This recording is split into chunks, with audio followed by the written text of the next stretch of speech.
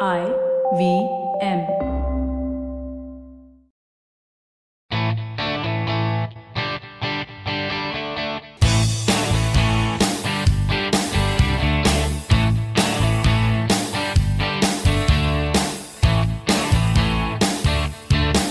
Hello and welcome to a brand new episode of the Musafir Stories, India's very own travel podcast, where each week we discuss the story of travelers in their own words and relive their experiences with you, our listeners. Hi guys, welcome to a brand new episode of the Musafir Stories. Before we get started with today's episode, a quick shout out to a couple of our listeners, Khushbu and Omkar. Thank you so much for writing into us, guys. It's much appreciated. Also, a quick shout out to the podcast app Castbox for constantly promoting local content to the Indian audience. It goes a long way in building a healthy podcast ecosystem. If you don't have the Castbox app yet, make sure to download it on the Play Store or the App Store now.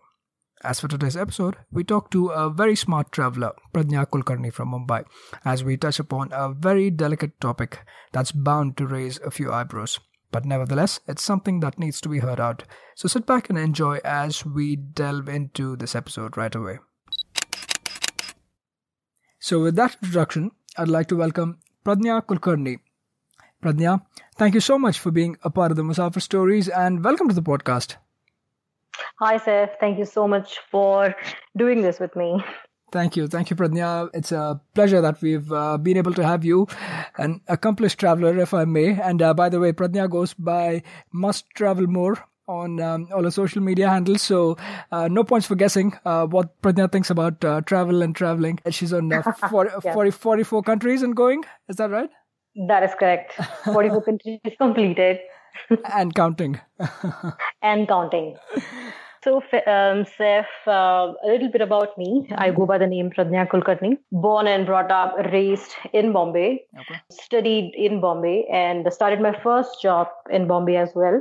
And since then, I have been only moving. I mean, my association with corporates has been more than a decade now. Okay. Travel, I think it really started the first time when I got the first opportunity through my employer, my very first employer. They chose me for a project in Malaysia, and that was hardly within 1.5 years of me joining them. Since then, I think it really helped because I ended up spending about a year there.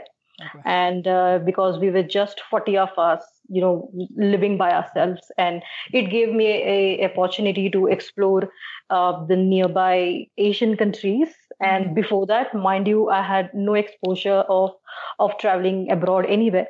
Mm-hmm. But from a personal point of view, from a family background, I suppose my family keeps telling me now that there is nobody in the family who likes to travel so much. And it's a bit of a question that how did that come into me? Okay. Wonderful. And it's brilliant that you've kind of been the trailblazer for the family, right? That you've set on this trend. I really hope so. Yes. And it's very heartwarming to hear too that your parents have been supportive of this, as most parents would be and should be. That way, I think children and kids are not boxed into a particular type of thinking or way of life. That way, you can go out and experiment and explore. Very important. Yeah, the different opportunities out there, right? So that brings us into the topic for today, which is I would say a little bit of a dicey topic in some ways because on one hand you see all of these beautiful social media posts stating that quit your job, travel the world, be free, life is be so by wonderful. yourself. Exactly. So we see all of these, and we've also I won't deny the fact that there have been people who have done this successfully, and they share their experiences, which is very true.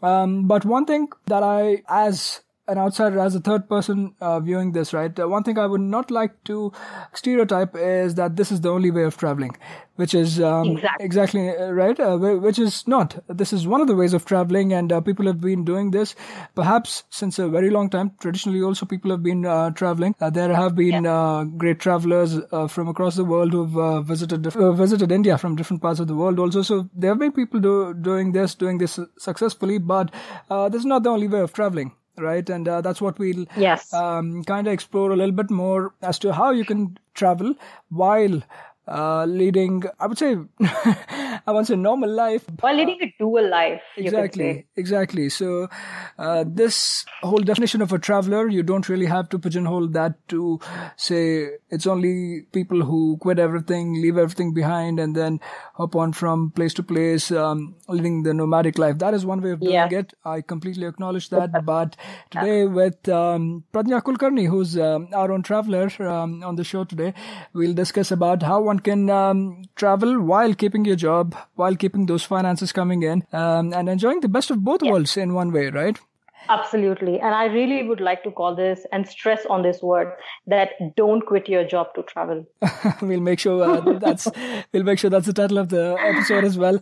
That way it catches people's eyes, and I think it is also very relevant in these times where people are looking to experiment and people are looking to take up travel a lot more seriously, like in a full-time capacity more than just a passion. So for somebody like that as well, I think this will serve as a lot of good information before they make that informed decision as to what they want to do with their lives, right?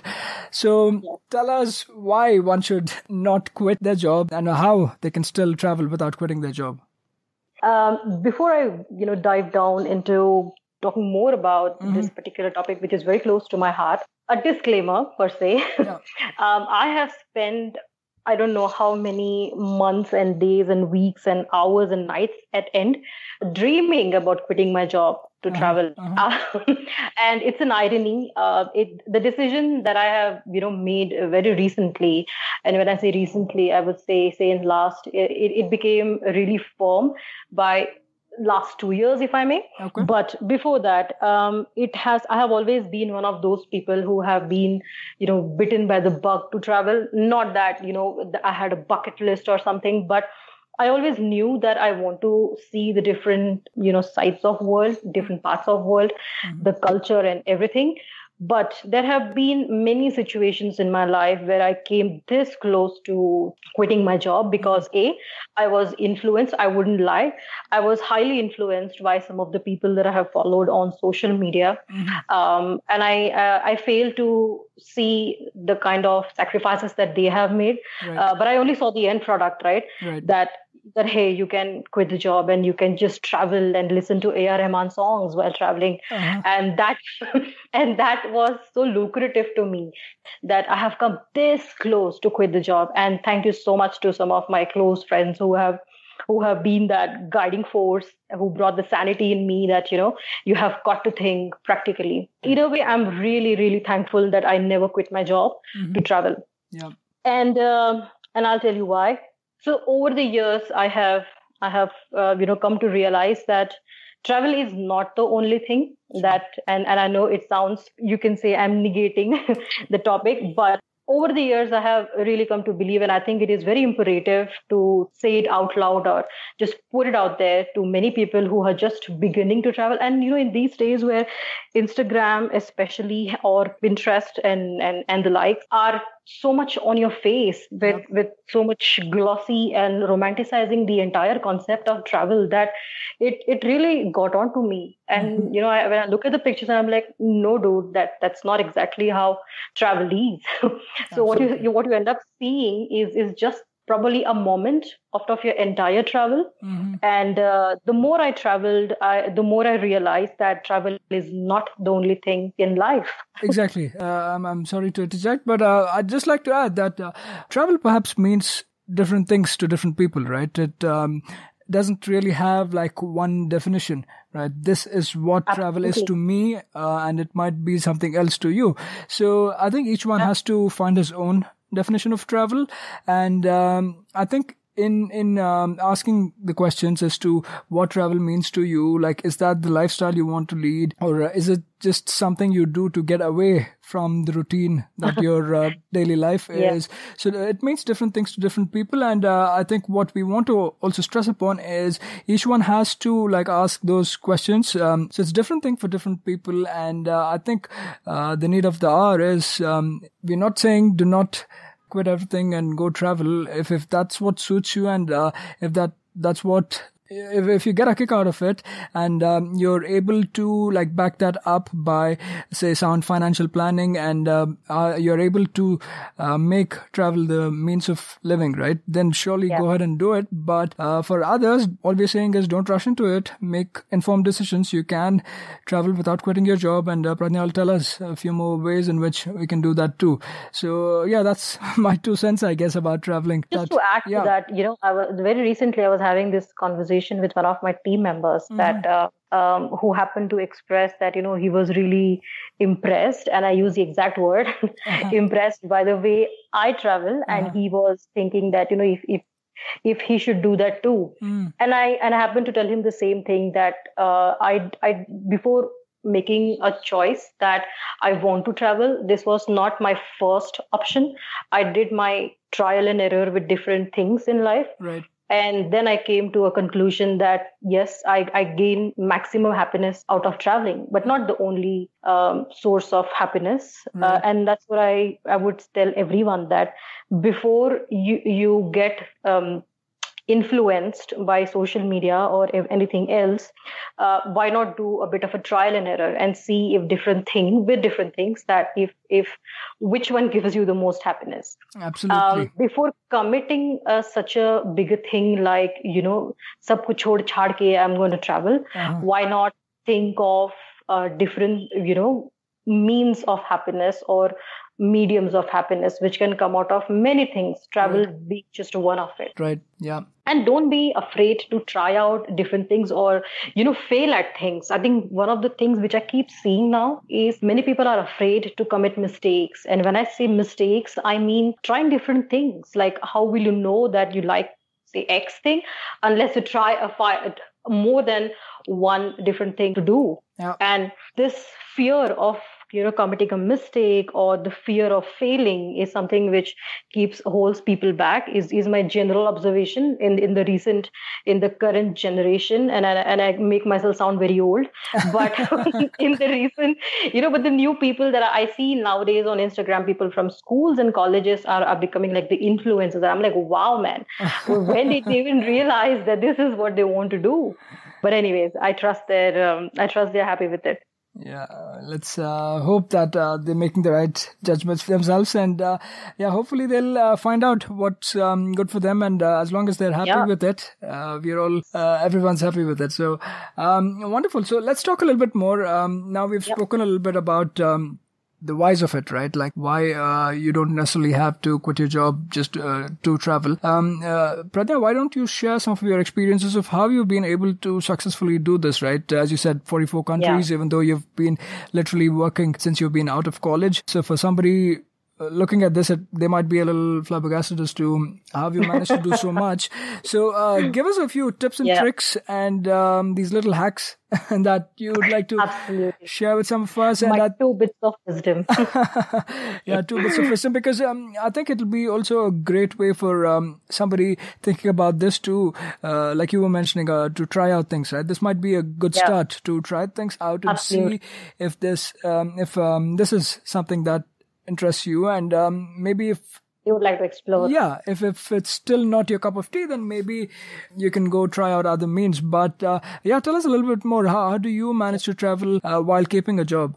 So when I realized that, this is something which I want to do, then I always found excuses to travel. And the easiest way to do it, and I agree that I have been extremely, extremely lucky by the kind of employment that I have been in. It's been 12 years that I'm working with corporate now, different corporates, and everywhere I have been extremely lucky with the flexibility, right? And I'll come to it. Right. The first thing which I would suggest anyone who's getting into this entire genre of traveling, the first thing to remember always is your employment rights. It may sound very basic, but it goes very deep, right? So 22 annual leaves is something everyone is entitled for, plus your sick leaves depending on which organization you work for. Right. But all in all, everyone who works has at least access to 6 weeks of holidays in a financial year. And if you think about it, that easily turns into 6 weeks of vacations in a year minimum. even if you consider one entire week for one travel, right? Right. And apart from that, I always utilize my weekends, my long weekends. Now, depending on where you stay, depending on your financial capability, depending on your areas of interest, you can get out of your own city, your state, and your country over the long weekends. I have always made use of my business trips. Luckily, I have been in those sort of job roles, which gave me an opportunity to travel, to at least step out of the country. And I have always extended my stay. I have worked remotely as and when required. I have played the role of a digital nomad for quite some time. I have had that flexibility of working remotely, and that is something which I have always negotiated whenever I have joined a new company. So it may sound very cliched, but and I know if my team is going to listen to this, then not something that they would like to hear. But then, hey, you have your long weekends, man, and you have leaves. I mean, what are you accumulating the leaves for? Yeah. So make smart use of the leaves that you have. That's the first thing in making sure that you travel. In specifically in my case, if I have to talk about it, few of my jobs, I have been very transparent with my employer that traveling is something which I will keep on doing. And, they have been very understanding and accommodative in letting me travel and letting me work remotely. I have not always been in my office, working out of my office, but I have always, most of the years, say in 2016 and 15, I have been working remotely. So that really helped in my case. So I never felt the need to quit my job because A, I was always traveling in a way, if not outside India, then within India. B, I was never disconnected from my job. I am absolutely okay to go to a place and still, steal like 10, 15 minutes and reply on my emails. I'm absolutely okay with it. Wonderful, so that helped. Able to accommodate all my business calls. Like the funniest thing, I was in Maldives, and the day I landed there, I had planned for a very nice dinner, and I get a message that I have to pitch in for this particular new business opportunity. And in the middle of the beach, when there was very nice candlelight setting, I was on with my laptop, and I asked him to excuse me for like half an hour, and so that I can pitch for this particular business and do it. And it's fine, right? I mean, you're just taking 30 minutes, not even 30 minutes. But I'm finishing my work, I am getting new business for my employer, and I'm also enjoying and getting my salary. So, wonderful. I hope you made that deal, the one you pitched for. Oh, yes, absolutely. and it is still giving me a lot of business as we speak.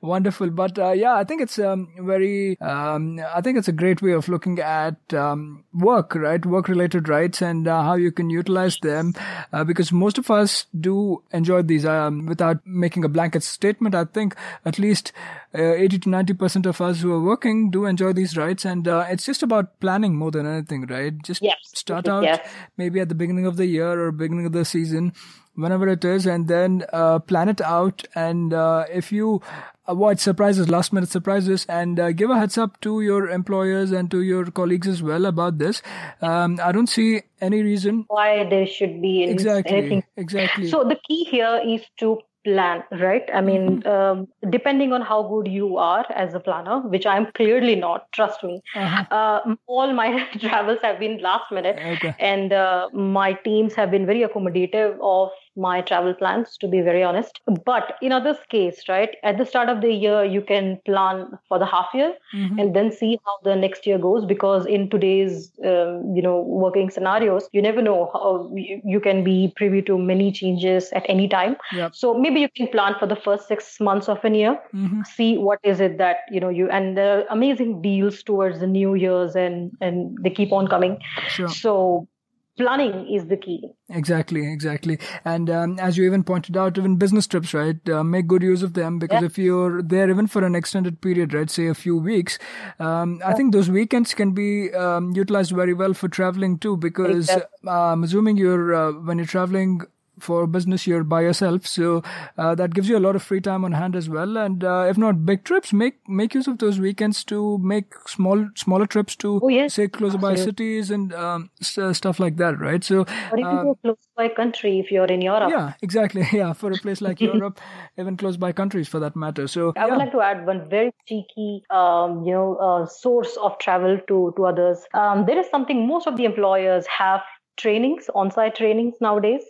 In most of the organizations, a certain number of hours in a year is mandatory for training, depending on your area of expertise. So all you have to do is just go on your company's website, see which training is happening in which country, go and, just tell your manager and convince him or her that why do you require to undergo the training and what value are you going to add, depending on which country you would like to travel. And there you are. You get an opportunity to travel there. I have done this.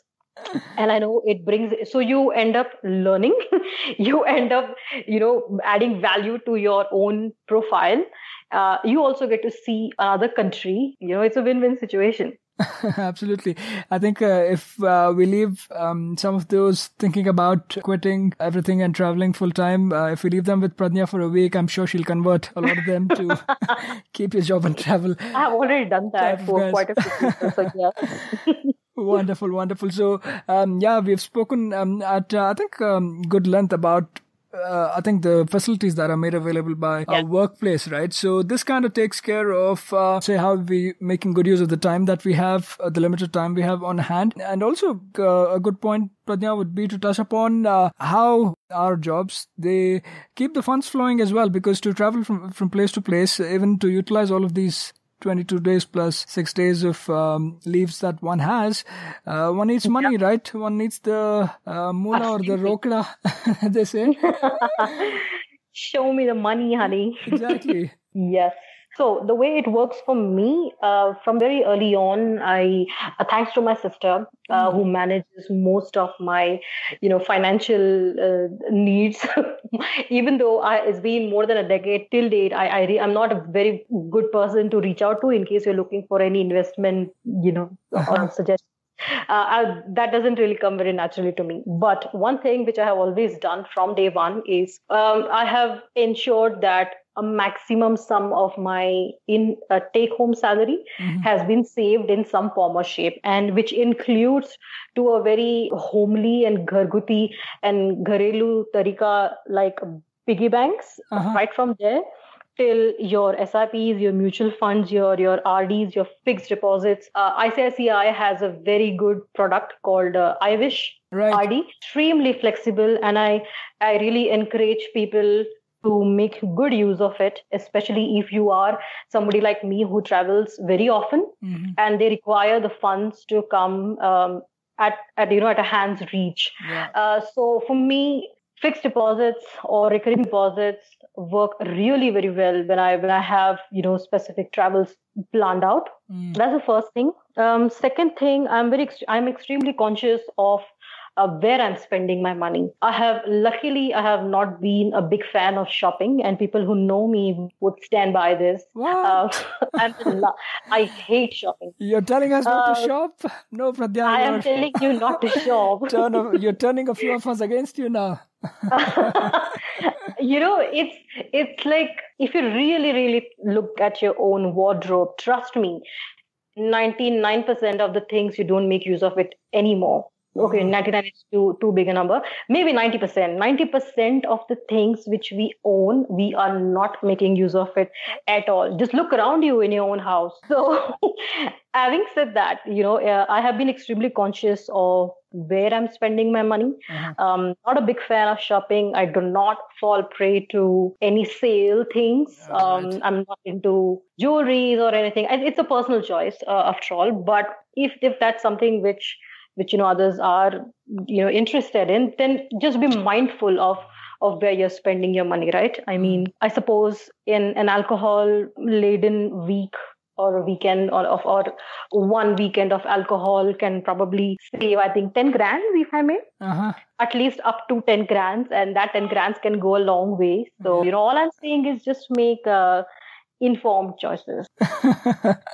We'll think about that, yeah. But as you said, Faiz is also a big proponent of the ICICI. I wish. I'm sorry. I wish RD. Yeah. Yeah, I think that's a very good way of kind of keeping away funds from time to time, right? And then perhaps using it for specific things, and in this case, like for travel. So I think that's some great advice. And who knew that the Musafir Stories would also be doling out financial planning advices? So thank you for that. But I do completely agree that it is necessary, even though I think we usually try to associate travel to all the glamour and not planning, just jumping into it and things like that. But I think if you're doing things like this, carefully planning out your finances, etc., is when you can make those last minute decisions when you want to do things. That's when you have the financial flexibility and the freedom to do those things. So I think it's a great way. And the availability of funds as well, right? Exactly. And just to give an example, like the other day somebody was asking me that, if you go on a trip abroad, say for example, you end up spending somewhere between say 1 to 2 lakhs. Now I don't know which country did they have in their mind to take that number, and they were like, so oh my god, you ended up spending like say 2 lakh rupees on that trip, and the same person ended up buying a KTM bike, which I suppose costed him say 1.5 lakhs. So so I just happened to remind him that, so you have done the same, that you have a bike and I have a stamp on my passport, which is costing almost the same. So it's about your preferences and your choices, right? So absolutely. Now tell us a little bit more. Now you've given us a good way of how people should think a little bit ahead and plan out not just your time that you have on hand, but also your finances, right? Now, tell us how you're kind of merging and mixing these two things, and how your job is kind of giving you that safety to try and continue what you love doing and enjoy doing, as well as do that long term, right? Not just a one-off. Close this for us by drawing out maybe 2 or 3 points that one should keep in mind, that one should use as takeaways from this conversation, and go away and think on it. I think we're coming to one of my favorite topics. So the way I ensure this, or rather this is the way I have chosen to always keep on working and not quit my job for anything, not just travel, but for anything, is because I know what the job, what role my employment is playing in my life. What I mean when I say this is, my job has always brought a solid sense of security in my life, right? And I mean it economically, I mean it socially, because it is through my job that I get to meet the people that I meet. I get to work on interesting projects that I have worked so far. It has been made possible because of my job. The amount of challenges that I have faced in this past 12 years have been so amazing and so enormous that it gives that rush, that adrenaline rush inside me, that I don't think I can only depend on travel to feel that way. So when I go to work and when I work on this impossible looking projects and we deliver it, and then I go to a vacation, that feels rewarding. A job plays a very crucial role because we have our dependents, we have family, we have responsibilities, and I am not one of those who can just, leave behind all my responsibilities and just focus on myself. I can't really do that. And I don't feel the need to do that because I am absolutely being able to manage my job plus follow the passion that I realized is my passion. Sure. So travel for me would always stay. But most importantly, I know that job for me will always stay because it is, in a way, a means to what I really want to achieve. One of the things which I missed mentioning before is that, along with the jobs, it's very important to also take care of your health. So if you want to travel, you need to make sure that you are healthy. Sure. And not just wealthy. And one of the amazing ways of doing that is runcations. And my friend Sindhu from FI Escapes, she's the one who introduced this to me of runcations, where you can go running, where on all these amazing heritage properties across the country and the world, there are marathons that you can, try for. So you are also taking care of your health, you're also taking care of your travel wishes. I think that's one of the takeaways. More than that, which is something which I would never shy away from saying, that again and again, rather, that travel is not the only thing in life. Please do not get carried away with what you see on social media, or what you are able to see on these clickbait websites, which are absolutely minting money out of the anxiety that they create amongst people with their glossy pictures and, punchlines, if I may, headlines, Sure. what do you call that? It's important not to get carried away. It's important to know that you can always take a U-turn from whichever way you were headed if that's not making you happy. So I know quite a few people who chose travel to go full time, but midway they realized that this is not for them, and they have made a wise decision to come back and join back the corporate world and pursue some other passion. Sure. And it's been working really fine for them. Another thing, do not run behind completing or ticking off your bucket list, but give more importance to your mental health, your physical health, your family, your overall well-being, which is, I think, will go a long way than just a mere bucket list. Absolutely. On that wonderful note, you touched so many good points there. One of the most important being that travel need not be the only thing, right? Same as your job need not be the only thing in your life. There's so much more, and there's so many more things, and a lot of these things can coexist. I think that's a big takeaway. And thank you so much for adding some much needed realism to this amazing genre. I was a little skeptical, like while we were discussing bringing this up on a travel podcast, right? We are kind of being anti-Musafir or anti-travel in some ways, but I'm glad that we kind of touched upon this topic, because you have to weigh up your options and see the reality also of a lot of things. Absolutely. And the blood and sweat that goes into some of the wonderful things that a lot of the travel bloggers, travel influencers put out for us. So think about all of that, think about yourself, think about what you like, and then make an informed decision whether you want to travel with or without your job. Thank you, Pradnya. It's a pleasure that we've been able to have you. It's always a pleasure talking to you guys. Thank you so much.